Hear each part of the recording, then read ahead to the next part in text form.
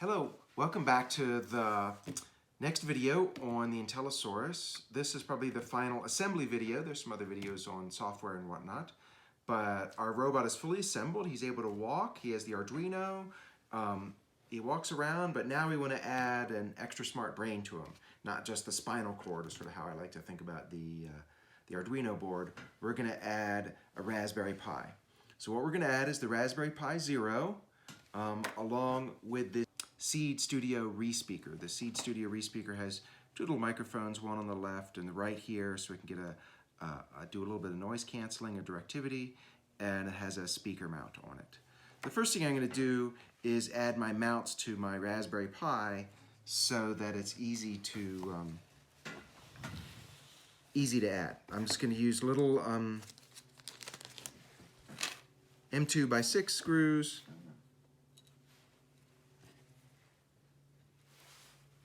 And nylon mounts.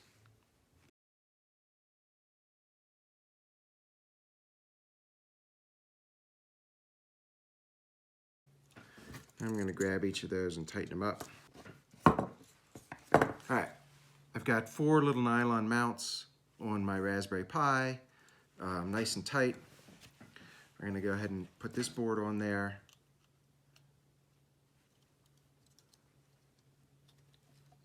Now all of my connectors are up top nicely. You could put mounts between these two boards. I don't generally feel it's necessary with such a massive connector, but that's up to you. It wouldn't hurt. So this is the Raspberry Pi camera. This is the cable that it comes with. But I need to use this cable because this cable has a special little end connector that fits the Raspberry Pi Zero that we're using. So I need to swap the cables out. To swap cables out, first you do is slide this there's a little black thing there. You want to slide that open, right? Pull the cable out, take your other cable, make sure the connector side is down towards the board, slide it in nicely, and then close your connector.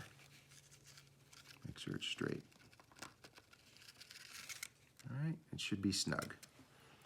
All right, so I've got my, my cable on my camera. I'm going to make sure the front of the camera is going to mount to the back of the head like this. So I've oriented it correctly. I'm going to slip the cable through this hole, this slot in the top, and then kind of put a 90-degree bend in it. And come back out this slot here. All right.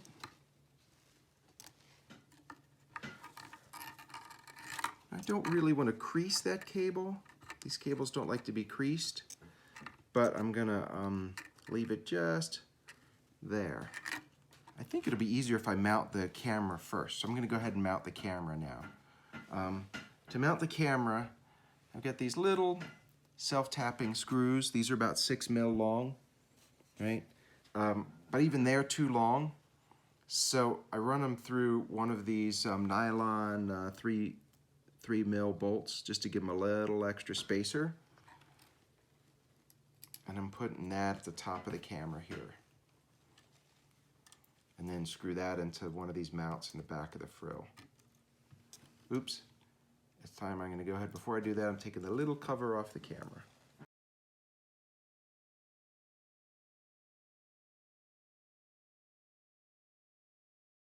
You could use all 4. I generally find 2 tight ones does pretty good.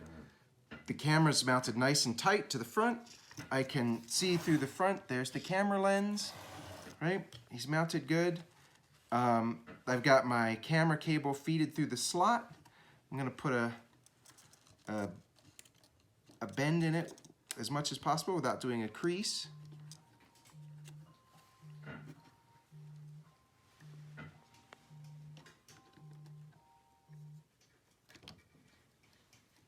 I'm going to try and hold that bend in place on my camera cable and slip my Raspberry Pi in here.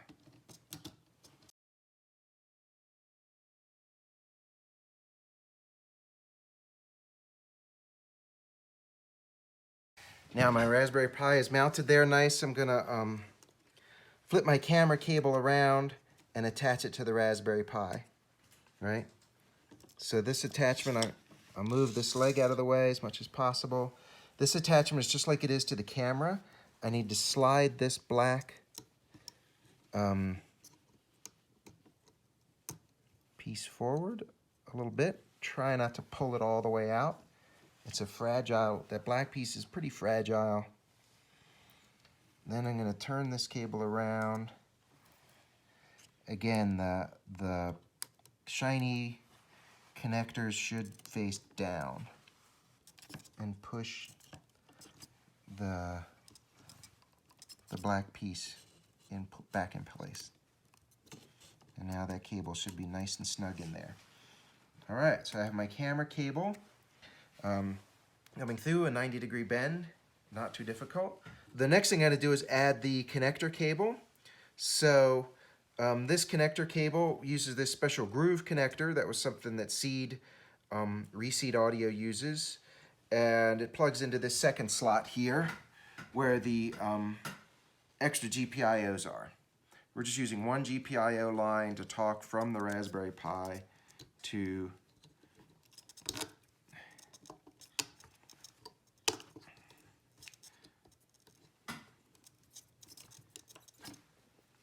the Arduino. Right, I've got that in there. Take these screws out.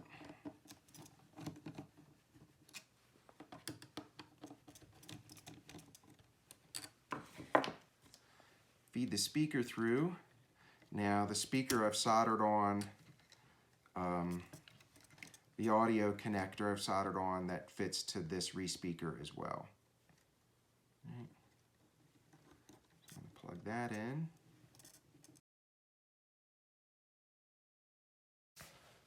All right, so I've got my 4 bolts back in. I've got my camera connected, my Raspberry Pi connected. I'm going to put 4 little nuts here on the ends of my mounts.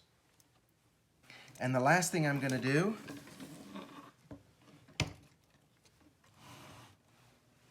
is plug the power in this side USB connector here for this little USB connector. That's just the same as the power connector up here on the normal Raspberry Pi. It's just a pass-through, just a little more convenient. And that will be the power to the Raspberry Pi when we turn it on. All right, so now we've got the AI portion of our robot completely assembled. I've got my 4 little screws, tightening my Raspberry Pi board down, the camera's mounted nice and sturdy, my speaker is mounted and connected to the re-speaker audio board along with the GPIO line that goes back to the Arduino. All right, so next we are going to set up the Arduino. Sorry, not the Arduino. Next we're going to set up the Raspberry Pi with software. So you need to gather stuff together to basically program your Raspberry Pi. First thing you're going to need is a little micro SD card. This is what we're going to put the operating system for the Raspberry Pi on. Right, that's a fairly standard thing to do.